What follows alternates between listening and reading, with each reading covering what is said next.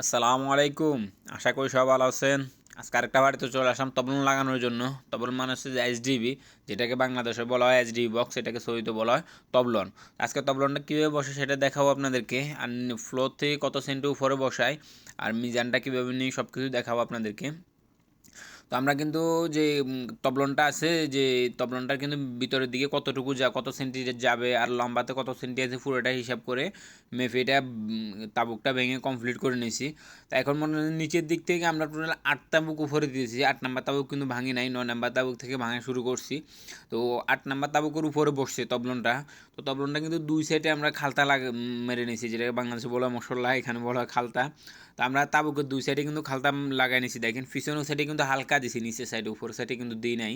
তো দুই সাইডে আগে খালতা দিয়ে তবলনটাকে ভালো করে যে এখানে জাম দিয়ে নিতেছি, যাতে তবলনটা যাতে এদিক সেদিক যাতে না যায়। তো মিজানটা করে নিতেছি আর দুই সাইডে দিয়ে ভালো করে খালতা দিয়ে নিতেছি। তবে এখানে কিন্তু ভিতরের সাইডে কিন্তু এখন যদি বাড়তি করে খালতা দিই তাহলে যে বক্সটা বসাইছে বক্সটা কিন্তু বাইরে চলে আসবে।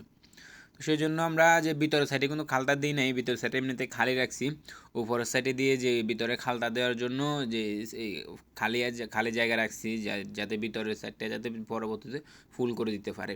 তো সেই জন্য দুই সাইডে কিন্তু আমরা খালতা দিয়ে একবারে ভালো করে জাম দিয়ে মিজান করে মানে লেবেল করে রাখি দিতেছি। এখন যখন এটা শক্ত হয়ে যাবে, দুই সাইড যখন শক্ত হয়ে যাবে, তখন আমরা ভিতরের সাইডে খালতা দিয়ে একবারে পুরোটা জাম করে দিব।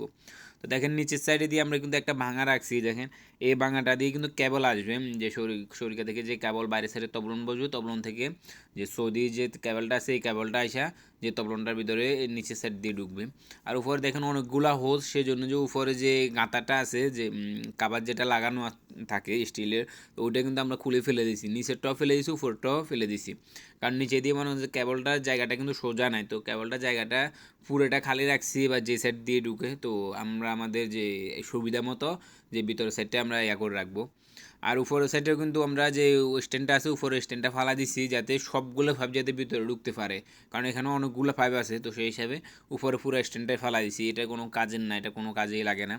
তো আসলে এখানে এই বাড়িটার টোটাল 3 শিকিয়া বাড়ি, মানে 3 ফ্লোরের বাড়ি, একবারে 3 তালা। তো 3 তালার ভিতরে এটা হলো একবারে নিচের তালা, নিচের তালা তবলনটা এখন লাগাইতেছি, আরও 2টা বাকি আছে। একটা 2 তালা হবে, একটা 3 তালা হবে। এটা হলো নিচের তালারটা আপনাদেরকে দেখাতেছি যে কীভাবে লাগাইতেছি। তো তবে দুই সাইডে কিন্তু ভালো করে খালতা দিয়ে নেবেন, যদি ভালো করে খালতা না দেন তাহলে কিন্তু হয়ে যাবে। এই দেখুন উপরে যে কাভারটা, এই যে কাভারটা সেটার জন্য কিন্তু যে যদি হোজ যদি কম থাকে তাহলে পাইপগুলো ঢুকানোর জন্য কিন্তু অপশন আছে। তো এখনও আমার এখানে হোজ বেশি, যেখানে ছিদ্র আছে ছিদ্রগুলো থেকে বেশি আছে আমার এখানে হোজ। সেই হিসেবে আমি পুরো স্ট্যান্ডটাই ফালা দিছি। এখন পুরো স্ট্যান্ডটাই আমি ফালা দিছি, আর নিচের